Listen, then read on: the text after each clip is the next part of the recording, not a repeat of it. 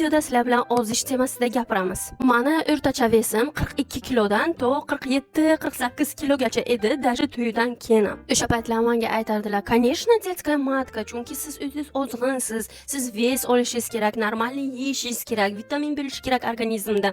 Keyin tug'ganingizdan keyin bemalol ozishingiz mumkin" deb aytardilar. Lekin 3 yildan beri gormon olayotgan bo'lsam, 1 gram ham gormon organizmdan prosta tak ketmaydi. Agar kimdir sizga mabodo aytsa, "Mayli, nicho, gormon nima qil, ves olasan, keyin tashlaysan" desalar, yo'q, unaqa emas. 3 yildan ziyod men gormon ichib, har xil doktorlarga lecheniya qilgan bo'lsam, 2 yil prям нормальный ves oldim. 2 yilning ichiga где-то 12 kilo ves oldim. И plus organizmda qanaqadir непонятно narsalar bo'ldi. Qornimni shishishi bu prosta tak emas. Bu emas, bu jir emas, bu reально shishish qanaqadir. Birinchi hamma sizga aytadi, "Muncha ozg'insan, ves olishing kerak, seni lecheniyang ham u yaxshi, tuda-suda" deydilar. Keyin ves olganingizdan keyin, "Muncha ves olibsan, muncha shishibsan, muncha kaban bo'libsan, muncha semiribsan" deyshadi. Вы tupые? И plus hammani burchi ves olganingizni sizga aytish. Siz o'zingiz ko'rkusiz, siz ko'rmaysiz ves olganingizni, lekin hammani bu buyuk burchi, что sizga ves olganingizni aytish kerak. Aytmasa bu uxla olmaydi.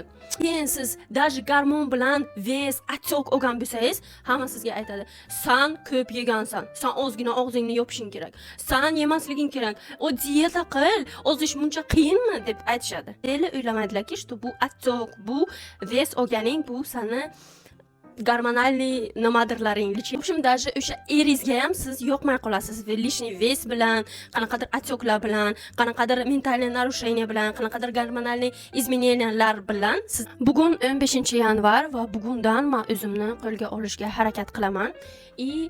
Bundan avval qanaqa privichkalarim bor edi, o'shani qaytarishga harakat qilaman.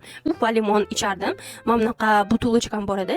Mana shu butulочкамni возобновить qilib, kuniga 2 tadan 3 tadan mana shunaqa to'la butulka suv ichisham.